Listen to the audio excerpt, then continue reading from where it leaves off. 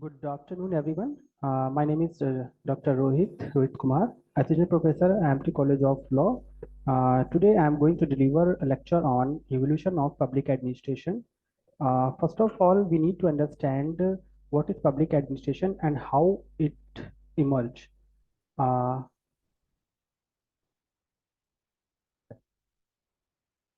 Public administration एक आप कह सकते हो पब्लिक एडमिनिस्ट्रेशन एक ब्रांच है पॉलिटिकल साइंस की। और पब्लिक एडमिनिस्ट्रेशन का जो ओरिजिन माना जाता है वो अमेरिका से माना जाता है। इसलिए हम ये कह सकते हैं कि अमेरिका के पब्लिक एडमिनिस्ट्रेशन या अमेरिका के एडमिनिस्ट्रेशन में जो भी कुछ होता है वो हमें सब कुछ पब्लिक एडमिनिस्ट्रेशन के अंदर पढ़ना पड़ता है। ठीक है। अब public administration as independent subject of a social science and political science, ये हमने क्लियर कर लिया कि पब्लिक एडमिनिस्ट्रेशन एक ब्रांच है पॉलिटिकल साइंस की। ठीक है। इसके बाद आफ्टर दैट इसके बाद हम देखेंगे कि पब्लिक एडमिनिस्ट्रेशन का मतलब क्या होता है। पब्लिक एडमिनिस्ट्रेशन जैसे कि ये दो वर्ड से मिलकर बना हुआ है, जिसमें जो एडमिनिस्ट्रेशन वर्ड है वो इंग्लिश वर्ड एडमिनिस्ट्रेटर से डिराइव हुआ है, और ये लैटिन वर्ड से निकला हुआ है जिसका मीनिंग है एड प्लस मिनिस्ट्रेट। इंग्लिश वर्ड जिसका मीनिंग होता है टू सर्व और look after people. English word administrate is derived from Latin word ad plus ministrate, which means to serve for or to look after people, to manage affair. कहने का मतलब ये है कि जब हम किसी कार्य को व्यवस्थित ढंग से करते हैं और उसमें जो सेवा करने का उद्देश्य से जब करते हैं तो वो प्रशासन कहलाता है, वो एडमिनिस्ट्रेशन कहलाता है। ठीक है। उसके बाद हम देखेंगे कि एडमिनिस्ट्रेशन वर्ड का मीनिंग जानने के बाद हम देखेंगे कि पब्लिक वर्ड का मीनिंग क्या होता है। जैसे ट्रेडिशनल अगर फॉर्म में देखा जाए ट्रेडिशनल टाइम में कि पब्लिक शब्द का जो हम अर्थ लेते थे वो सीधे जनता से ले लेते थे, लेकिन धीरे धीरे कॉन्सेप्ट चेंज होता है और अब हम पब्लिक जो पब्लिक वर्ड है उसका मीनिंग जनता से ना लेकर हम गवर्नमेंट से लेते हैं, क्योंकि गवर्नमेंट में जनता निहित होती है। इसका कहने का मतलब ये कि जो गवर्नमेंट होती है, जो सरकार होती है, वो जनता के द्वारा ही चुनी जाती है। इसलिए धीरे जब थोड़ा सा टाइम चेंज हुआ, ठीक है, जनता से हम पब्लिक शब्द का जो मीनिंग हम लेने लगे वो गवर्नमेंट से लेने लगे। लेकिन आज के टाइम पे अगर रिसेंट कॉन्टेक्स्ट की बात की जाए, ठीक है, in public administration public means public welfare. Current scenario में पब्लिक एडमिनिस्ट्रेशन का जो वर्ड पब्लिक है उसका मीनिंग हम लोक कल्याण से लेते हैं। अब इसके पीछे रीजन क्या है? रीजन ये है कि जनता सरकार को चुनती है और जो सरकार है, जो गवर्नमेंट है, वो किसके कल्याण की बात करती है? वो लोक कल्याण की बात करती है। इसलिए हम ये कह सकते हैं कि पब्लिक एडमिनिस्ट्रेशन में in present context public administration में पब्लिक शब्द का जो मीनिंग है वो है पब्लिक वेलफेयर। ठीक है। अब हम इसके बाद देखते हैं। देखो, अब दो तरह के एडमिनिस्ट्रेशन होते हैं अगर हम मोटे तौर पे बात करें।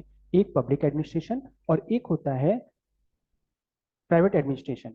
पब्लिक एडमिनिस्ट्रेशन का जो उद्देश्य होता है वो लोगों की भलाई करना होता है, या सरकार का जो उद्देश्य होता है लोगों की भलाई करने के लिए होता है, चाहे इसके पीछे गवर्नमेंट को घाटा ही क्यों ना करना पड़े।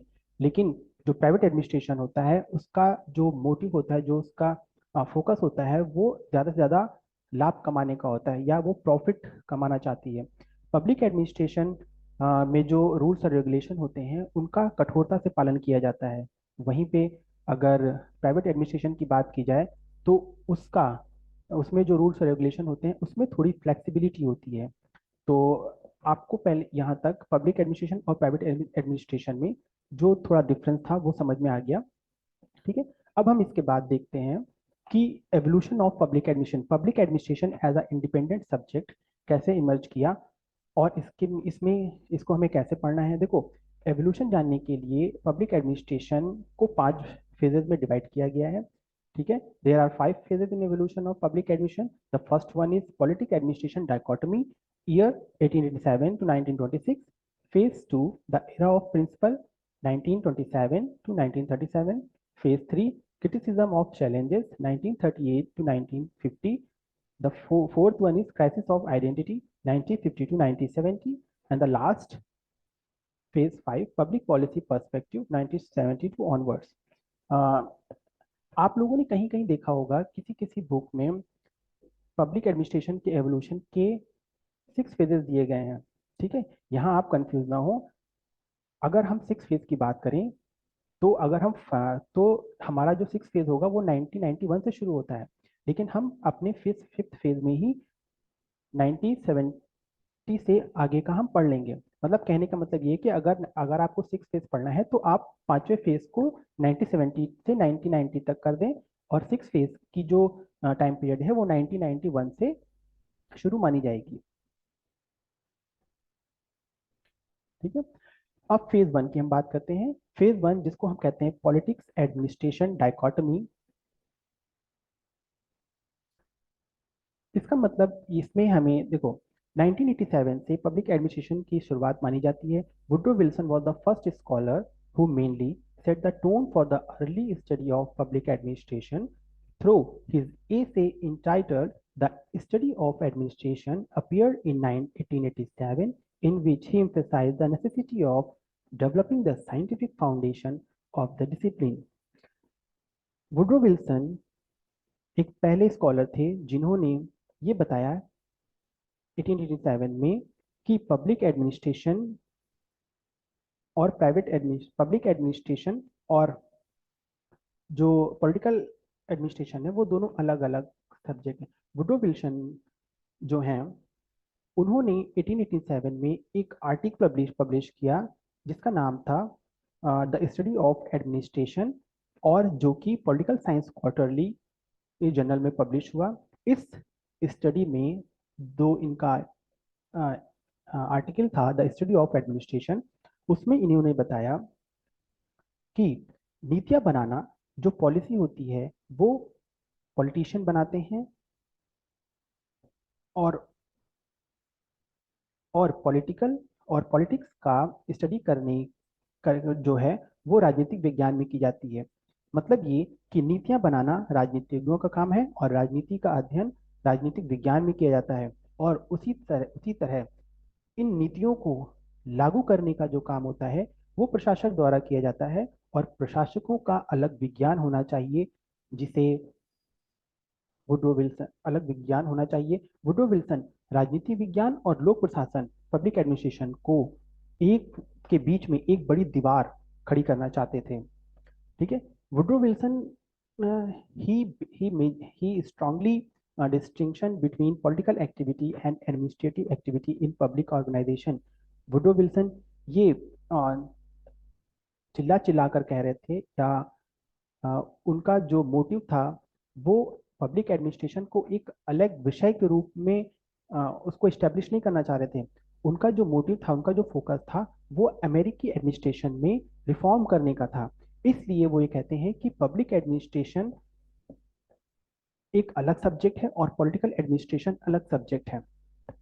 वुड्रो विल्सन की इस बात को, ठीक है, बहुत से स्कॉलर ने सपोर्ट किया, और एक स्कॉलर थे फ्रैंक जे गुडनाउ 1990 100 में उन्होंने एक बुक पब्लिश की पॉलिटिक्स एंड एडमिनिस्ट्रेशन।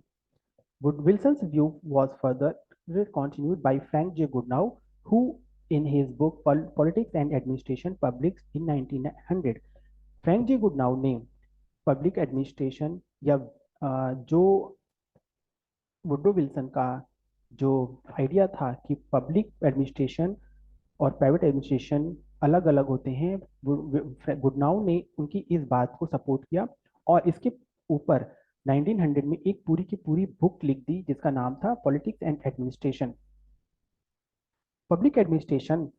और उन्होंने अपनी इस बुक में ये बताया कि पब्लिक एडमिनिस्ट्रेशन और पॉलिटिकल साइंस में क्या अंतर हो सकते हैं, और उसके बाद प्रशासन और राजनीति में क्या अंतर हो सकते हैं। राजनीति में जो ज़्यादा होते हैं वो एक्चुअली अनएजुकेटेड होते हैं। ठीक है, जबकि ठीक है उन्होंने डिस्टिंक्शन की है, मतलब कि उन्होंने बताया कि पॉलिटिशियन और एडमिनिस्ट्रेशन में क्या क्या डिफरेंसेस होते हैं। पॉलिटिशियन जो होते हैं वो कम एजुकेटेड होते हैं, वहीं पे जो एडमिनिस्ट्रेटर होता है वो मेरिट बेस पे चुन के आता है, मतलब वो ज़्यादा एजुकेटेड होता है। और पब्लिक जो पॉलिटिशियन होते हैं वो जनता से ज़्यादा जुड़े होते हैं, वहीं पे एडमिनिस्ट्रेटर जो होता है वो जनता से ज़्यादा जुड़ा हुआ नहीं होता है। ठीक है, और जो नीति निर्माण करने की प्रोसेस है वो पॉलिटिशियन करते हैं, जबकि इन नीतियों को इम्प्लीमेंट करने का काम प्रशासन द्वारा किया जाता है। ठीक है, after that, according to Frank J. Goodnow, politics has to do with policies of or expression of the state, while administration has to do with the execution of policies. ठीक है, अभी हमने इस पे बात कर ली कि जो नीतियां होती हैं वो पॉलिटिशियन द्वारा बनाई जाती हैं और इन पॉलिसीज को इम्प्लीमेंट करने का काम एडमिनिस्ट्रेटर द्वारा किया जाता है। ठीक है, इसीलिए इस फर्स्ट फेज को पॉलिटिक्स एडमिनिस्ट्रेटिव डायकोटमी कहते हैं, जिस क्योंकि इसमें पॉलिटिक्स और एडमिनिस्ट्रेशन के विभाजन की बात की गई थी। ठीक है,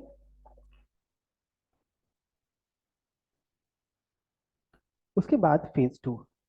फेज टू का नाम है द प्रिंसिपल ऑफ एडमिनिस्ट्रेशन।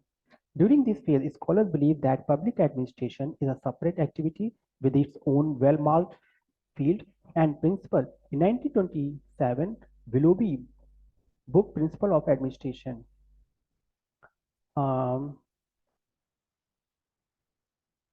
पहले फेज में हमने देखा कि पॉलिटिक्स और एडमिनिस्ट्रेशन दोनों अलग अलग सब्जेक्ट माने गए। अब इसके बाद दूसरे प्रिंसिपल में हम ये कहते हैं दूसरे फेज में कि अगर आप, बहुत से स्कॉलर द्वारा ये कहा गया कि अगर आप का ये विज्ञान मतलब अलग सब्जेक्ट है, अगर आप पब्लिक एडमिनिस्ट्रेशन को एक अलग सब्जेक्ट मानते हो तो हर सब्जेक्ट के लिए उसके प्रिंसिपल होने चाहिए। ठीक है, तो जो सेकंड फेज है उसमें हमने प्रिंसिपल की बात की। इसमें बहुत से स्कॉलर ने पब्लिक एडमिनिस्ट्रेशन से रिलेटेड प्रिंसिपल दिए, क्योंकि देखो किसी भी सब्जेक्ट के लिए ज़रूरी होता है कि उस पर उसके प्रिंसिपल होने चाहिए, बिना प्रिंसिपल के कोई सब्जेक्ट एग्जिस्ट नहीं करता। तो इसलिए सबसे पहले 1927 में विलोबी ने अपनी एक बुक निकाली जिसका नाम था प्रिंसिपल ऑफ पब्लिक एडमिनिस्ट्रेशन। इस इस पीरियड में 1927 के 1937 तक के पीरियड में, इस 10 साल की अवधि में पब्लिक एडमिनिस्ट्रेशन के बहुत सारे प्रिंसिपल बहुत सारे स्कॉलर्स द्वारा दिए गए, और इसलिए ये जो दूसरा फेज है इसको गोल्डन पीरियड भी कहते हैं। ठीक है, पब्लिक एडमिनिस्ट्रेशन जो प्रिंसिपल ऑफ पब्लिक एडमिनिस्ट्रेशन पहली बुक, अगर देखो बात की जाए कि पब्लिक प्रिंसिपल पर, पब्लिक एडमिनिस्ट्रेशन के जो प्रिंसिपल हैं उन पर अगर पहली बुक की बात की जाए तो वो विलोबी ने लिखी, और अगर पब्लिक एडमिनिस्ट्रेशन की बात की जाए कि पब्लिक एडमिनिस्ट्रेशन की पहली बुक की बात की जाए तो वो बुक है एल डी वाइट की। ठीक है, इसके बाद हेनरी फ्योल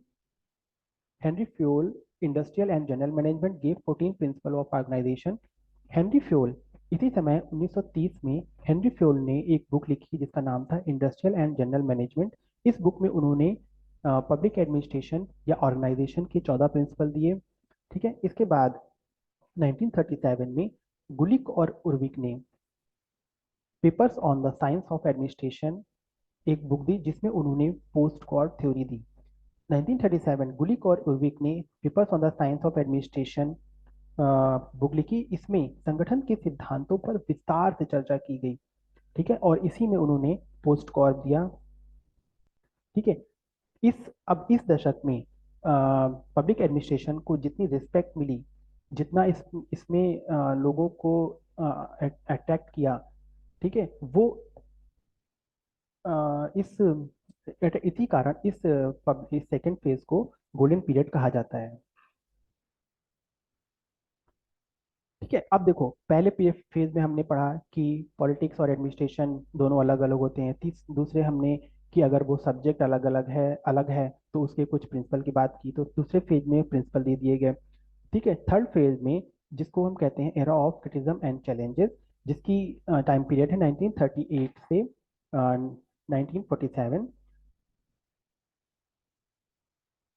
ठीक है, अब देखो सेकेंड फेज में जिन स्कॉलर्स ने अपने प्रिंसिपल दिए, इस थर्ड फेज में उन्हीं प्रिंसिपल को इसमें चैलेंज किया गया या इनके ऊपर एलिगेशन लगाए गए। ठीक है, या उन्हीं प्रिंसिपल को इस थर्ड फेज में चुनौती दी गई। In the very next year 1938 the main stream public administration was challenge with the publication of Chester Barnard the function of executive. इस 1937 के बाद 1938 में चेस्टर बर्नार्ड ने एक बुक निकालते हैं जिसका नाम था function of executive.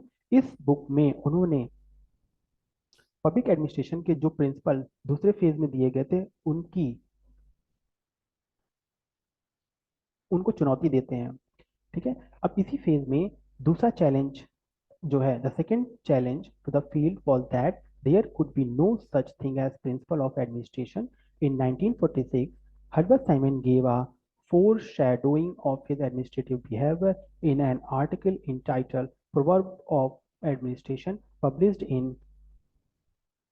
Publication Administration Review। इस फेज का जो दूसरा चैलेंज सबसे बड़ा था वो हर्बर्ट साइमन द्वारा दिया गया, जिसमें जिस जिस जो दिया गया जिस बुक जो एक आर्टिकल पब्लिश किया उनके द्वारा, उसका नाम था प्रोवर्ब ऑफ एडमिनिस्ट्रेशन। इस बुक में उन्होंने बताया कि जो भी प्रिंसिपल सेकंड फेज में दिए गए हैं वो उन प्रिंसिपल्स को इन्होंने, उन सिद्धांतों को इन्होंने मुहावरों की संज्ञा दी। वो कहते हैं कि ऐसे बहुत से सिद्धांत हैं जब आपके, क्योंकि उनका कहना था कि जो जितने भी स्कॉलर्स ने सेकंड फेज में अपने सिद्धांत दिए वो स्कॉलर ही आपके एक मत नहीं थे। कोई कहता है कि पब्लिक एडमिनिस्ट्रेशन में डिसेंट्रलाइजेशन होना चाहिए, वहीं पे दूसरा स्कॉलर कहता है कि पब्लिक एडमिनिस्ट्रेशन में सेंट्रलाइजेशन होना चाहिए। कोई कहता है कि पब्लिक एडमिनिस्ट्रेशन में आदेश की एकता होनी चाहिए। फिर दूसरा स्कॉलर वहीं पे कहता है कि पब्लिक एडमिनिस्ट्रेशन में आदेश की बहुलता होनी चाहिए। इसलिए हर्बर्ट साइमन कहते हैं कि जब आपके खुद के स्कॉलर, खुद के जो ऑथर थे, वो एक बात पे एक मत नहीं है, तो इस सिद्धांत को यूनिवर्सली कैसे एक्सेप्ट किया जा सकता है। इसलिए हर्बर्ट साइमन ने जो भी प्रिंसिपल पब्लिक एडमिनिस्ट्रेशन द्वारा सेकेंड फेज में दिए गए उनको मुहावरों की संज्ञा दी और उनका मजाक उड़ाया। ठीक है, after that in the same year Robert Dahl also countered the claim of public principle of public administration as a science in his article entitled The Science of Administration Three Problem। इस युग में, इस third phase में, इस दशक में जो 1938 1950 का था, उसमें सबसे बड़ा या सबसे इम्पोर्टेंट जो क्रिटिसाइज किया गया वो रॉबर्ट डाल द्वारा किया गया। और उन्होंने कहा उन्होंने कहा कि पब्लिक एडमिनिस्ट्रेशन के जो प्रिंसिपल आपने दिए वो प्रिंसिपल हो ही नहीं सकते, क्योंकि उनका कहना था कि जो भी स्कॉलर हैं वो एक कंट्री में बैठ के कैसे प्रिंसिपल दे सकते हैं जब तक आप उनका कंपैरेटिव स्टडी ना करें। It means that Robert Dahl ये चाहते थे कि पब्लिक एडमिनिस्ट्रेशन के जो प्रिंसिपल हैं उनको किसी एक कंट्री के रिस्पेक्ट पर्सपेक्टिव में ना देखा जाए, बल्कि उनका पहले आप कंपैरेटिव स्टडी किए, उसके बाद आप प्रिंसिपल दीजिए। ठीक है, तो थर्ड फेज में बहुत सारे स्कॉलर्स द्वारा सेकेंड फेज में दिए गए प्रिंसिपल को चुनौती दी गई। ठीक है, after that fourth phase the crisis of identity, the discipline was in quandary and suffered from the crisis of identity due to the abandonment of politics administration dichotomy and the principle of public administration। पहले चरण में हमने जो राजनीति और प्रशासन को अलग अलग किया था और जो उसकी अलग पहचान हमने बनाई थी, उस आइडेंटिटी पर ही चौथे फेज में संकट आने लगा। और जो पब्लिक एडमिनिस्ट्रेशन एक है अलग विषय है, इस बात को लेकर लोग आपस में बातें करने लगे। क्योंकि इसलिए देखो, पहले फेज में हमने ये कहा था कि पॉलिटिक्स और एडमिनिस्ट्रेशन दोनों अलग अलग है। ठीक है, अब चौथे फेज में आते आते जो हमने पब्लिक एडमिनिस्ट्रेशन को एक इंडिपेंडेंट सब्जेक्ट माना था, उसकी आइडेंटिटी पे यहाँ प्रश्न चिन्ह लग जाता है। ठीक है, और वो क्योंकि हमने जो एक आइडेंटिटी बना के रखी थी कि पब्लिक एडमिनिस्ट्रेशन एक अलग सब्जेक्ट है, अब चौथे फेज में उस आइडेंटिटी पे ही चैलेंज होने लगता है। ठीक है, अब जैसे थर्ड फेज में रॉबर्ट डहल ने कहा कि जब तक कंपैरिजन नहीं किया जाएगा तब तक आप पब्लिक एडमिनिस्ट्रेशन के प्रिंसिपल यूनिवर्सली एक्सेप्टेड नहीं होंगे। ठीक है। तो इसके बाद एक स्कॉलर आते हैं, रिक्स। रिक्स did comparative study of all over the country and give three types of administrative system. ठीक है। अब देखो, रॉबर्ट डन ने कहा कि जब तक आप कंपैरेटिव स्टडी नहीं करेंगे तब तक आप प्रिंसिपल नहीं बना सकते। तो रिक्स ने कहा ठीक है, हम कर लेते हैं कंपैरिजन। तो रिक्स ने पूरी ऑल ओवर कंट्रीज, जो भी कंट्रीज थी ऑल ओवर वर्ल्ड में, जितनी भी कंट्रीज थी, उन सारी कंट्रीज की कंपैरेटिव स्टडी की। और कंपैरेटिव स्टडी करने के बाद उन्होंने दो तरह के सिस्टम्स, एडमिनिस्ट्रेटिव सिस्टम निकाले, जिसमें पहला था फ्यूज्ड, ठीक है, दूसरा डिफ्रेक्टेड। ठीक है। फ्यूज्ड वो कंट्रीज थी जो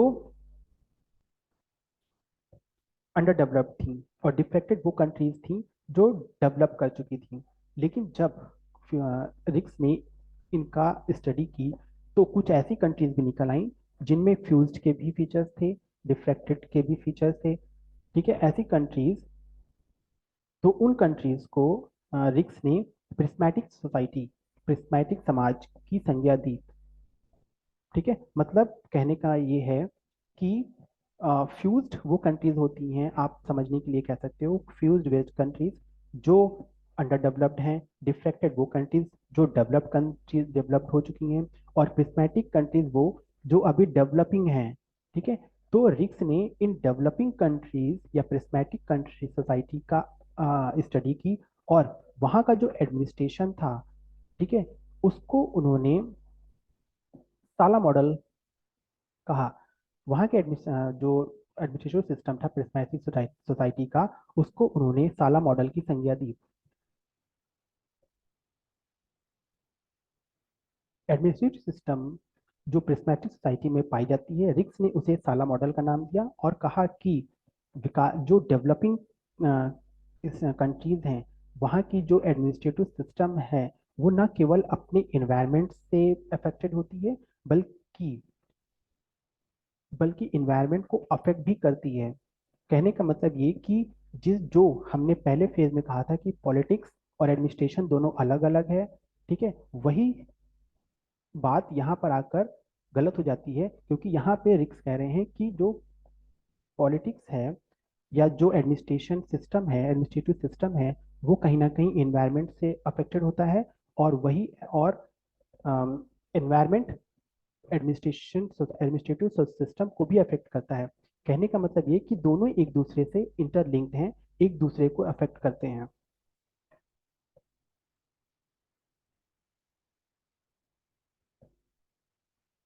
ठीक है। इसके बाद आप देखो, पहले फेज में हमने कहा है कि पॉलिटिक्स और एडमिनिस्ट्रेशन दोनों अलग अलग सब्जेक्ट है। दूसरे दूसरे फेज में हमने देखा कि अगर अलग सब्जेक्ट है तो हम उसके लिए प्रिंसिपल होने चाहिए। तो दूसरे फेज में हमने पब्लिक एडमिनिस्ट्रेशन के प्रिंसिपल पर बात की। अब तीसरे फेज में हमने उन्हीं प्रिंसिपल को चैलेंज किया। ठीक है। चैलेंज करने के बाद चौथे फेज में जो हमने पॉलिटिक्स और पॉलिटिकल और एडमिनिस्ट्रेशन में जो डिफरेंसेस, जो विभेद किया था कि पॉलिटिक्स अलग चीज़ है, एडमिनिस्ट्रेशन अलग चीज़ है, उसको यहाँ पे चैलेंज किया गया, उसकी आइडेंटिटी को चैलेंज किया और कहा कि दोनों एक दूसरे से इंटरलिंक हैं। एडमिनिस्ट्रेटिव सिस्टम इन्वायरमेंट को अफेक्ट करती है और इन्वायरमेंट एडमिनिस्ट्रेटिव सिस्टम को अफेक्ट करता है। ठीक है। इसके बाद जो फिफ्थ फेज आता है वो है पब्लिक पॉलिसी पर्सपेक्टिव, जिसको हम 1970 से कह सकते हैं। ठीक है। अब इसी में हम सिक्स फेज भी पढ़ लेंगे, जो कि अगर देखो फिफ्थ फेज 1970 टू 1990, और फेज सिक्स 1991 से ऑनवर्ड्स। ठीक है। Public administration play an important role in making public policy. कहने का मतलब ये कि जैसे देखो, अगर कोई पॉलिसी पब्लिक एडमिनिस्ट्रेशन में कोई भी अगर पॉलिसी बन रही है तो वो पॉलिटिशियन बनाते हैं। ठीक है। लेकिन जब हम ये कहते हैं फिफ्थ फेज में, हमने ये देखा कि जो पॉलिसी बन रही है वो पॉलिसी पॉलिटिशियन नहीं बना रहा है, पॉलिटिशियन के पीछे भी बैठे जो ऑफिसर्स हैं, जो एडमिनिस्ट्रेटर हैं, वो बनाते हैं। ठीक है। मतलब जो हम पहले कह रहे थे कि पॉलिटिक्स अलग चीज़ है, पब्लिक एडमिनिस्ट्रेशन अलग चीज़ है, लेकिन पॉलिटिशियन भी जो पॉलिसी बनाते हैं उनके पीछे एडमिनिस्ट्रेटर ही होता है, एडमिनिस्ट्रेटर ही उनको पॉलिसी बताता है कैसे बनानी है, एडमिनिस्ट्रेटर ही उनको आइडियाज देता है, एडमिनिस्ट्रेटर ही उनको बताता है कि क्या क्या पॉलिसी बननी चाहिए और उसमें क्या क्या स्टेप्स होने चाहिए।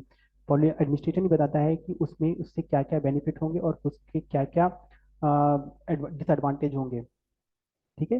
तो देखो, पब्लिक पॉलिसी पर्सपेक्टिव में कहने का मतलब ये है कि जो भी पॉलिटिशियन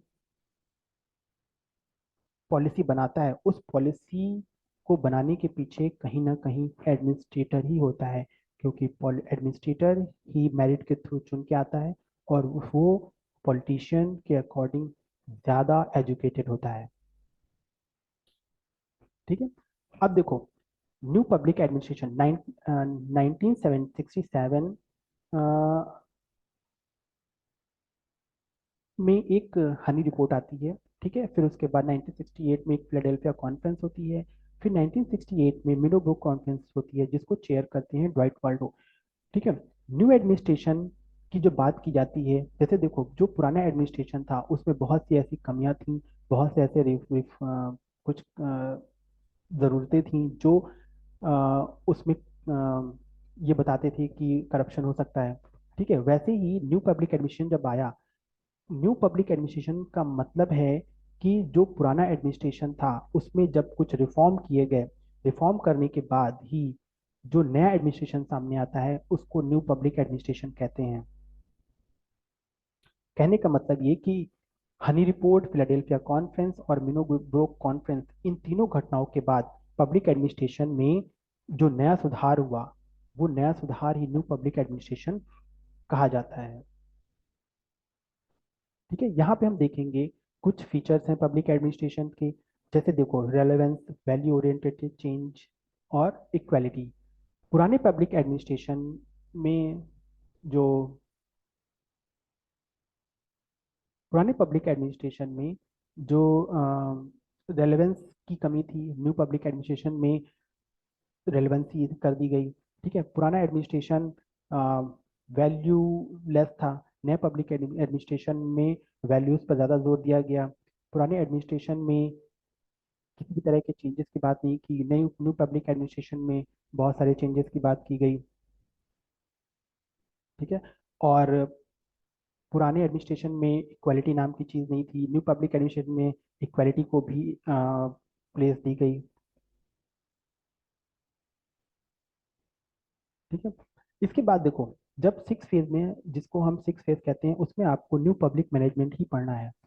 देखो, न्यू पब्लिक मैनेजमेंट में क्या होता है, पहला पॉइंट है कि increase the role of bureaucracy. जब न्यू पब्लिक एडमिनिस्ट्रेशन आया, ठीक है, तो उसमें न्यू पब्लिक एडमिनिस्ट्रेशन किया जाता था कि ब्यूरोक्रेसी का जो रोल था वो ज़्यादा ज़्यादा बढ़ने लगा। ठीक है। इसलिए न्यू पब्लिक एडमिनिस्ट्रेशन में जो ब्यूरोक्रेसी का रोल था उसको बढ़ाया गया।